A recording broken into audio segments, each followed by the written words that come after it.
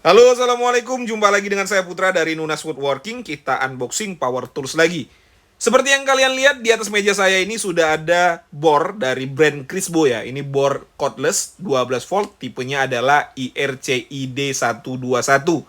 Ini katanya versi terbaru, tapi kalau saya lihat ya hanya beda warna doang sama yang lama. Kalau yang lama itu warna merah kalau nggak salah ya. Harganya saya beli 780.000, dapat diskon jadi 750.000 di S Hardware.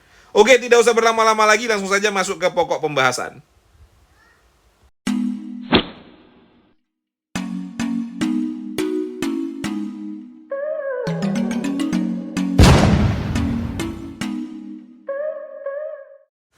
Oke, untuk kemasan produk kurang lebih seperti ini ya, dibalut oleh dus dan di dalamnya ada hard case yang warna hitam ini. Untuk dusnya ada beberapa keterangan di sini ya, untuk tipe, lalu untuk spesifikasi ada di sini. Silakan di post aja kalau mau dibaca-baca ya. Yang pasti sudah terregistrasi barang K3L. Di sini juga sama saja keterangannya. Oke, langsung saja kita buka ya.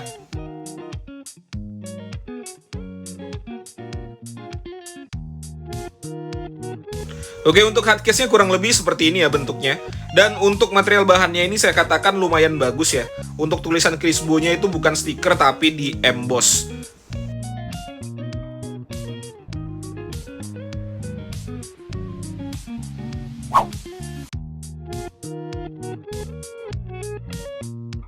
Untuk paket pembeliannya kurang lebih ini yang kita dapatkan ya. Yang pertama kita mendapatkan hardcase yang kualitasnya lumayan bagus yang seperti saya katakan tadi. Lalu ada berbagai macam aksesoris, mata bor besi dan juga ada bit obeng. Berikutnya kita mendapatkan buku panduan. Ini sudah berbahasa Indonesia pastinya karena Crisbo sendiri masuk secara resmi ya. Dan ada kartu garansinya. Jadi kalau kalian yang nggak mau ribet ya silakan beli Crisbo aja. Kenapa? Alasannya ini bukan promosi ya, saya nggak dibayar apa-apa. Alasannya karena dia garansinya gampang ya. Kita bisa ngeklaim di seluruh S Hardware di Indonesia. Untuk garansinya sendiri itu servis dan juga spare part selama 6 bulan ya. Kalau kata salesnya seperti itu. Dan itu di luar baterai. Baterai tidak di cover oleh garansinya. Berikutnya ada docking charger ya. Sudah menggunakan docking, tidak wall lagi. Dan untuk kualitasnya sendiri ini material plastiknya lumayan bagus dan lumayan berbobot. Finishingnya juga rapi ya. Lalu di belakang sini ada keterangan untuk spesifikasinya. Outputnya 12,6 volt, 2,4 ampere. Dan untuk kabelnya juga materialnya lumayan bagus ya teman-teman ya. Lalu kita mendapatkan satu buah baterai. Dan hanya dapat satu baterai ya di paket pembeliannya. Untuk housing dari baterainya ini lumayan bagus. Kualitas plastiknya bagus ya. Lalu di bawah ini plastik bukan karet. Yang kuning adalah karet ya. Untuk finishingnya juga rapih, mantap. Lalu untuk spesifikasinya adalah 1500 mAh dan 12 volt. Dan untuk baterainya ini sama persis bentuknya dengan bor merek Delly yang 12 volt. Nah, yang ini ya. Ini sama teman-teman, cuman di bawahnya aja yang beda. Kalau Delly ini menggunakan karet, sementara untuk Crisbo ini dia masih menggunakan plastik. Ini bisa tukaran ya untuk baterainya ini. Langsung saja kita coba ya. Nih, masuk ya teman-teman ya. Dan ini menyala. Nih, menyala ya. Jadi bisa tukaran baterai antara Delly dan juga Crisbo. Oh iya, untuk baterainya ini juga ada ya dijual di S Hardware, tapi mereknya Crisbo. Untuk harganya 250.000. Dan ini baterai Crisbo kita masukin ke bor Delly ya.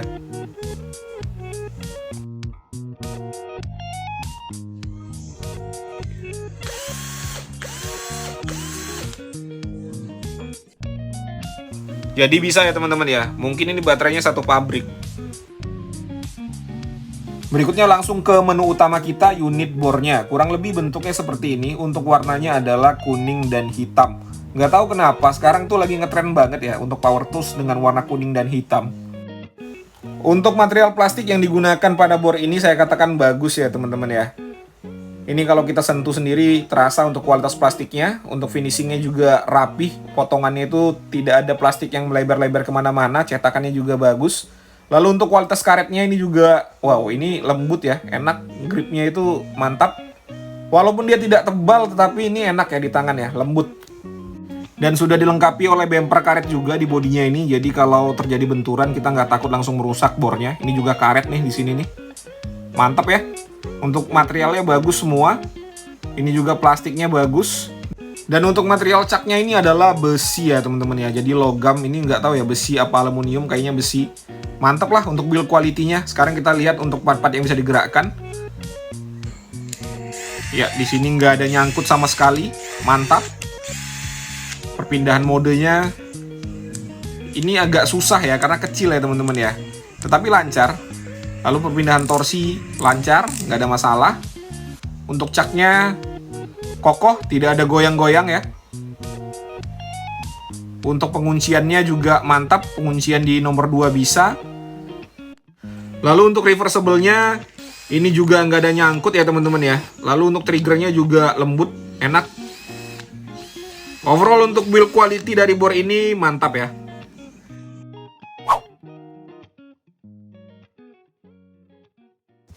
Lalu untuk fitur-fitur kita urut ya dari atas ke bawah yang ada pada bor ini.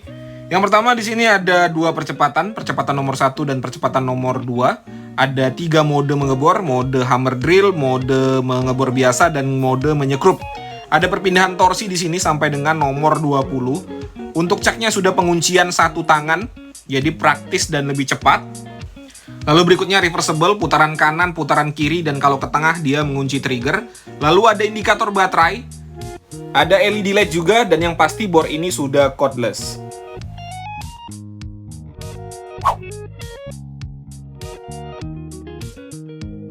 Untuk uji spesifikasi, yang pertama saya sudah buka untuk baterainya ini. Kurang lebih modulnya seperti ini ya. Untuk baterainya ada 3 sel, dan di sini sudah dilengkapi oleh sensor panas ya. Jadi sudah ada sensor panasnya, proteksinya maksimal ini. Dan untuk kapasitas dari baterainya itu adalah 1500 mAh, dan untuk voltasenya di sini tertulis 3,6 volt. Kurang lebih bentuk baterainya seperti ini. Berikutnya chargeran kita lihat di sini ya. Untuk standby-nya di 1,5 watt. Langsung saja kita colokin baterainya. Kita lihat berapa output yang dikeluarkan. Ini sudah menyala ya, warna merah. Dan untuk outputnya lumayan besar ya teman-teman ya. 36,8 watt. Mantap ya untuk chargerannya ini. Kita lihat nanti berapa lama untuk mengisi baterai dari kosong sampai dengan penuh. Oke, untuk baterai di sini sudah terisi dengan penuh. Untuk chargeran, lampu indikatornya sudah berwarna hijau di sini. Berikutnya kita akan uji voltasenya.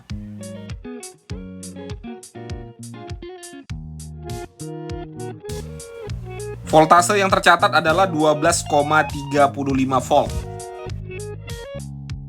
Berikutnya untuk uji RPM, di sini tertulis maksimalnya adalah 1300 RPM. Sekarang kita akan langsung uji menggunakan takometer digital. Di percepatan nomor 1 terlebih dahulu.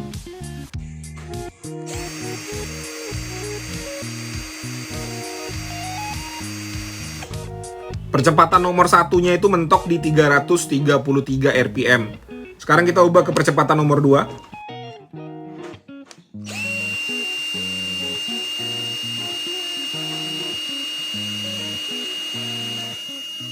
Percepatan nomor 2 hanya mentok di 1220, jadi tidak sampai 1300.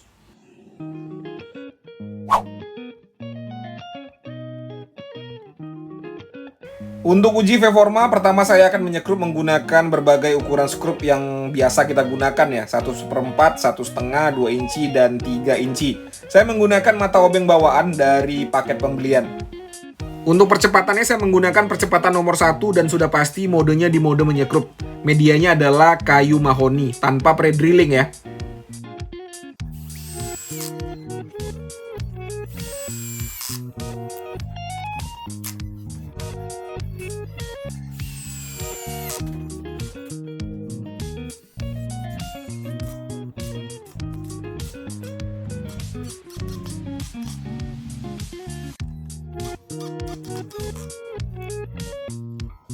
Oke, penuh perjuangan tapi bisa ya.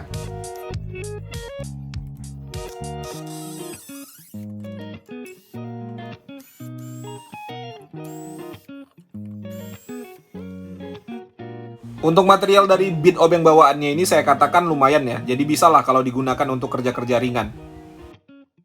Uji coba berikutnya saya menggunakan mata bor auger dengan diameter 6 mm ya. Untuk panjangnya adalah 230 mm. Saya akan mengebor secara horizontal di percepatan nomor 2 dan modenya adalah drilling. Ini adalah kayu mahoni.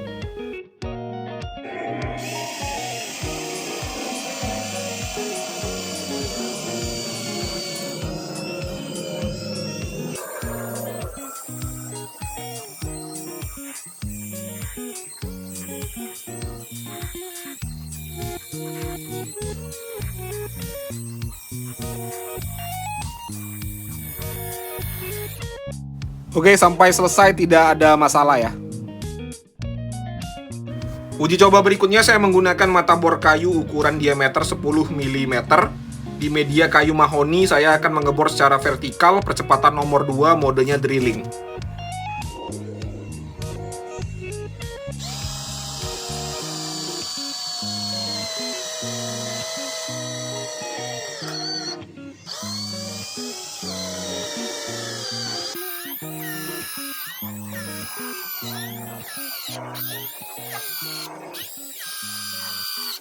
Oke, tuntas sampai akhir ya.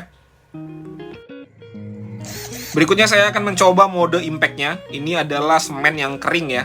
Kita akan mengebor menggunakan mata bor ukuran 6 mm. Dan modenya sudah pasti mode hammer drill.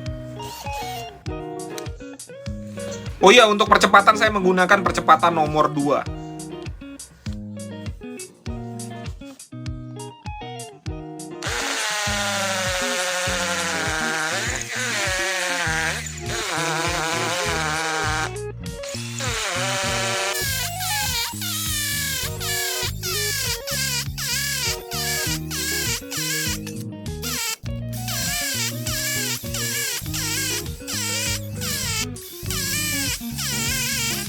Oke, tuntas sampai akhir ya. Mata bornya masuk semua ke dalam media pengeboran. Uji coba berikutnya saya menggunakan mata bor Forstner Bit ya, ukuran 30 mm, medianya adalah papan kayu mahoni. Di sini saya akan mencoba menghabiskan baterainya ya, di percepatan nomor 2 dan di mode drilling.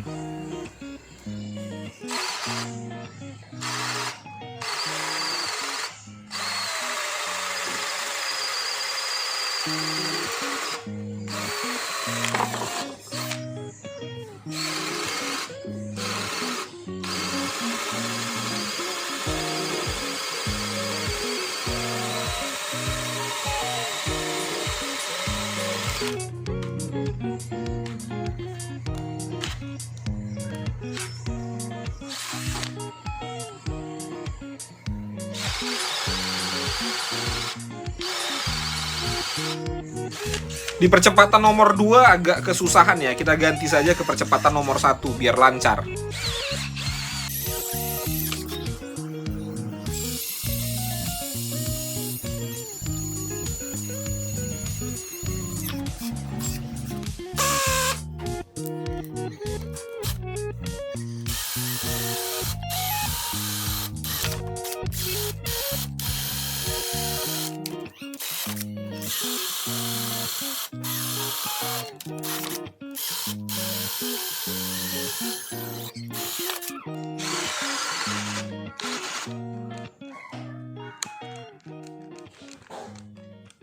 Oke, setelah 8 lubang ini panas ya. Kita tunggu sampai dingin, nanti kita akan coba lagi. Ini nggak mau nyala dia karena panas.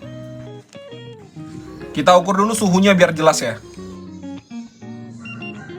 Ya, di sini angkanya menunjukkan 61 derajat Celcius. Dan untuk baterainya ini, ya, baterainya di 52 derajat Celcius. Karena tadi ada sensor panasnya, mungkin itu ya yang membuat dia tidak bisa menyala lagi. Oke, sekarang sudah saya dinginkan ya, sekitar 5 menitan saya biarkan. Kita akan coba lagi.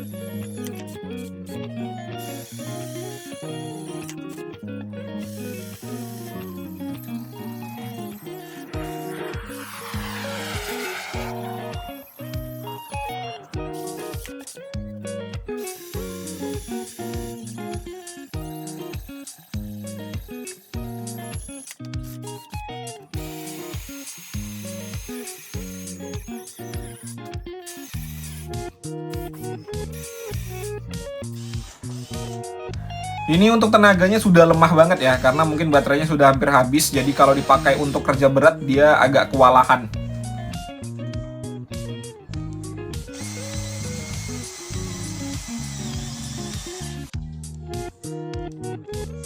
Ya udah nggak kuat lagi dia ini ya.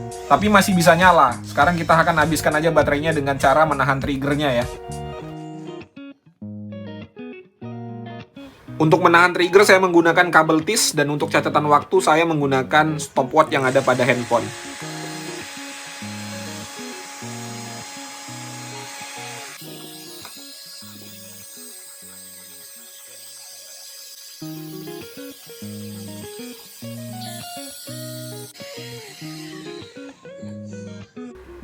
Oke, catatan waktu yang ada pada stopwatch tadi itu berhentinya di 4 menit 58 detik. Oke, untuk hasil ketahanan baterai di sini kita mendapatkan ada 6, 9, 12, ada 17 setengah lubang ya. Tidak sampai dengan 18 lubang karena ini tidak habis. Jadi hanya 17 setengah. Dan tadi untuk menahan trigger di 4 menit 57 detik. Kurang lebih seperti itu ya untuk ketahanan baterainya. Dan untuk sistem proteksi sensor panas yang ada pada baterai itu, dia akan tidak menyalurkan arus di suhu 52 derajat tadi pada saat saya ukur. Berikutnya kita akan mengisi baterainya yang kosong tadi untuk melihat performa dari chargerannya. Kita reset dulu untuk waktunya. Ya, sudah 0 di sini ya. Langsung saja kita colokin untuk baterainya. Oke, indikator baterai pada chargeran sudah menyala, ini sudah mengecas ya. Sekarang kita akan tunggu berapa waktu yang dibutuhkan untuk mengisi baterai yang kosong. Oke, sekarang baterainya sudah terisi penuh. Waktu yang dibutuhkan untuk mengisi baterainya dari kosong sampai penuh adalah 2 jam 15 menit. Jadi ya ini nggak cepat juga nggak lambat ya, standar. Oke, sudah disaksikan bersama-sama tadi ya ulasan singkat saya mengenai bor dari Crisbo ini. Kurang lebih seperti itu hasilnya. Sekarang saya akan menceritakan kepada kalian bagaimana feels atau pengalaman saya menggunakan bor ini tadi. Jadi ini murni opini pribadi. Kalau ada pandangan yang berbeda tidak jadi masalah.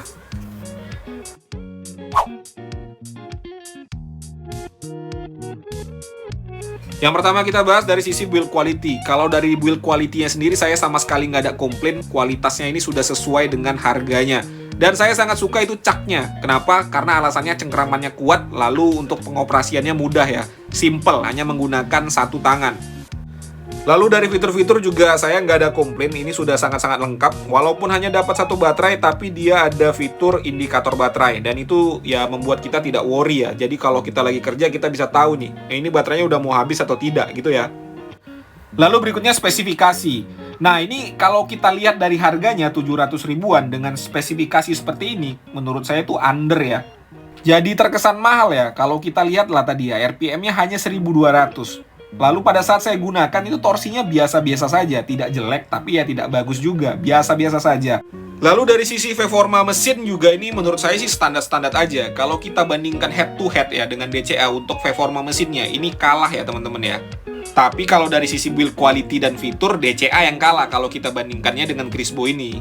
Tetapi untuk performa dari baterainya ini perlu diapresiasi ya, karena menurut saya ketahanan baterainya ini mantap. Alasannya adalah pada saat saya tadi gunakan untuk kerja berat ya, bisa bertahan selama itu. Ini salah satu baterai yang terbaik di kelasnya. Dan apalagi ada sensor panasnya. Lalu buat kalian yang nggak mau ribet klaim garansi, ini kalau terjadi kerusakan dalam waktu 6 bulan, tinggal bawa aja ke S Hardware seluruh Indonesia, bisa semuanya.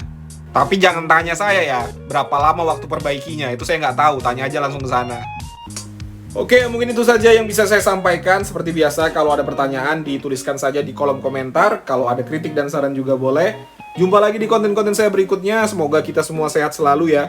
Assalamualaikum warahmatullahi wabarakatuh.